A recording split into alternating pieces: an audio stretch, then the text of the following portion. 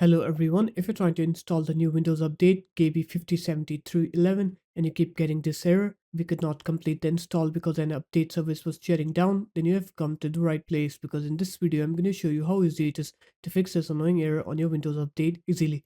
So first of all, what you're going to do is you're going to open up the start menu, you're going to write here run, and then you're going to write here services.msc, and here you're going to find the service called Windows Update. So it should be here. Here it is. You're going to right click on it, click properties, make sure startup type is set to automatic, and then start it. If it's already running, what you're going to do is you're going to stop it first, click OK, and then you're going to right click on it again, go into properties. Now start it after setting it to automatic, click OK again.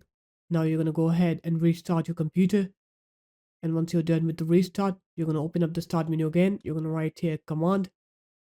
You're going to right click on it and run it as administrator. And then you're going to put these commands in one by one. I'm going to put these commands into the description of the video. So you're going to put this one in, press enter. After that, you're going to put this one in, press enter, and so on and on. You're going to put all of these commands. And once you're done till here, then you're going to go ahead and restart your computer again. And once you're done with the restart, then you're going to put both of these commands in lastly. And after you put in those commands, now when you try to install the Windows update, you'll see that it will install correctly and you will not get that error anymore.